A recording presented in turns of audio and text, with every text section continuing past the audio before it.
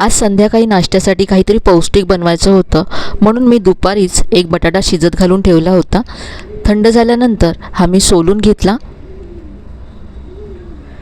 हा सोललेला बटाटा बाजूला ठेवून देऊया. इथे आता गॅसवरती एक पॅन गरम करत ठेवला आहे. यामध्ये 1 कप पाणी घालायचं आहे. चवीप्रमाणे यामध्ये मीठ घातलं आहे आणि 1 चमचा तेल घातलं आणि पाण्याला उकळी काढून घेतली. पाण्याला उकळी आली की यामध्ये अर्धा कप रवा घालायचा आहे. तर ज्या कपाने आपण पाणी मोजून घेतलं होतं त्या कपानेच इथे मी अर्धा कप रवा घेतला आहे. जाड किंवा बारीक कोणताही रवा घेतला तरी चालेल. रवा थोडा थोडा घालत जायचं आहे आणि मिक्स करत जायचं आहे. एकत्र सगळा रवा घालायचा नाही आहे, नाहीतर गुठळ्या होऊ शकतात. म्हणून गॅस अगदी मंद करायचा आहे आणि थोडा थोडा रवा घालत मिक्स करत जायचं आहे. रवा शिजायला लागला तसं हे घट्ट व्हायला लागतं आणि याचा असा गोळा झाला आहे. गोळा झाला की गॅस बंद करायचा आणि हे आता आपण एका परातीमध्ये काढून घेऊया आणि थोडंसं कोमट करूया.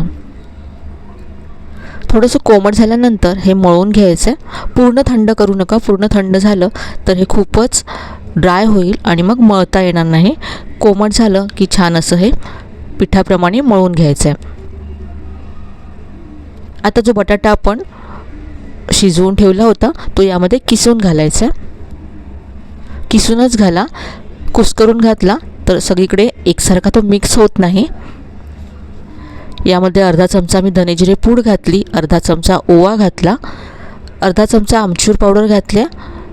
यानंतर किसलेला लसूण घातला, बारीक चिरलेला कांदा घातला आहे, भरपूर बारीक चिरलेली कोथिंबीर घालायची आहे, चवीप्रमाणे लाल तिखट घातलं आहे आणि इथे मी 1 चमचा चिली फ्लेक्स घातलेत. चिली फ्लेक्स नसतील तर लाल तिखटच थोडंसं जास्त घातलं तरी चालेल, किंवा मग तुम्ही हिरवी मिरचीसुद्धा बारीक चिरून घालू शकता. हे सगळं आधी मिक्स करून घ्यायचं आहे. रव्याचं मिश्रण त्याबरोबरच आपण यामध्ये जे मसाले घातले सगळं छान एकजीव करून घ्यायचं.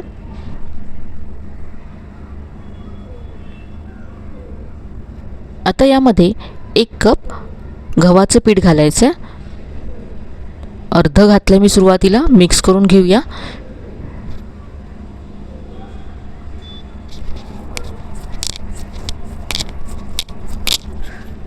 आणि इथे उरलेलं पीठसुद्धा मी घातलं आहे. सगळं 1 कप पीठ इथे घातलं.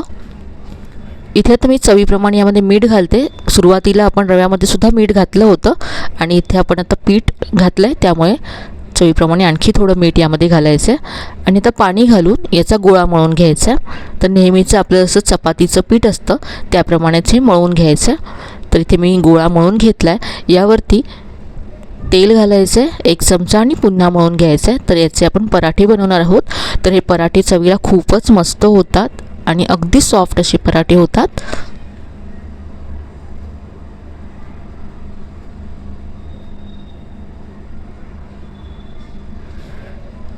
हे पीठ मळून तयार आहे. आता लगेच आपण याचे पराठे बनवूया.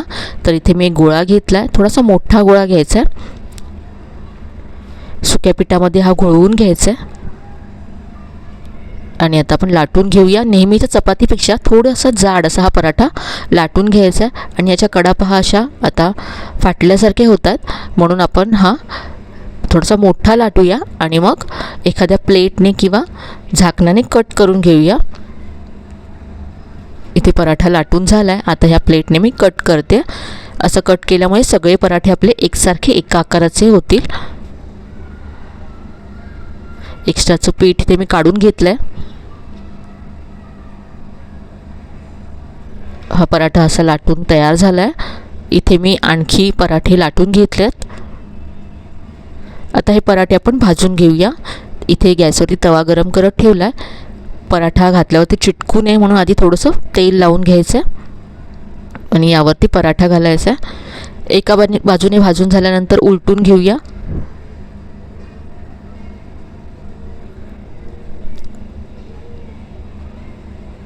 दोन्ही बाजूने छान खरपूस होईपर्यंत भाजून घ्यायचं आहे.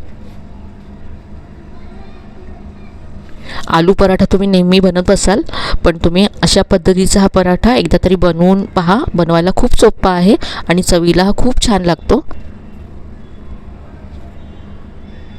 तर हा मस्त खरपूस असा भाजून झाला आहे. काढून घेऊया. तर हा पराठा तुम्ही दह्याबरोबर, लोणच्याबरोबर सर्व करू शकता, टोमॅटो केचपबरोबर सर्व करू शकता किंवा असाच सुद्धा हा पराठा खूप छान लागतो. मुलांच्या टिफिनसाठी तुम्ही हा पराठा देऊ शकता, नाश्त्यासाठी तर बनवू शकता. पहा, अगदी सॉफ्ट असा हा पराठा होतो आणि टिफिनमध्ये दिलात तर अगदी दिवसभर हा पराठा असा सॉफ्ट राहील. प्रवासासाठी सुद्धा तुम्ही असे पराठे बनवून नेऊ शकता.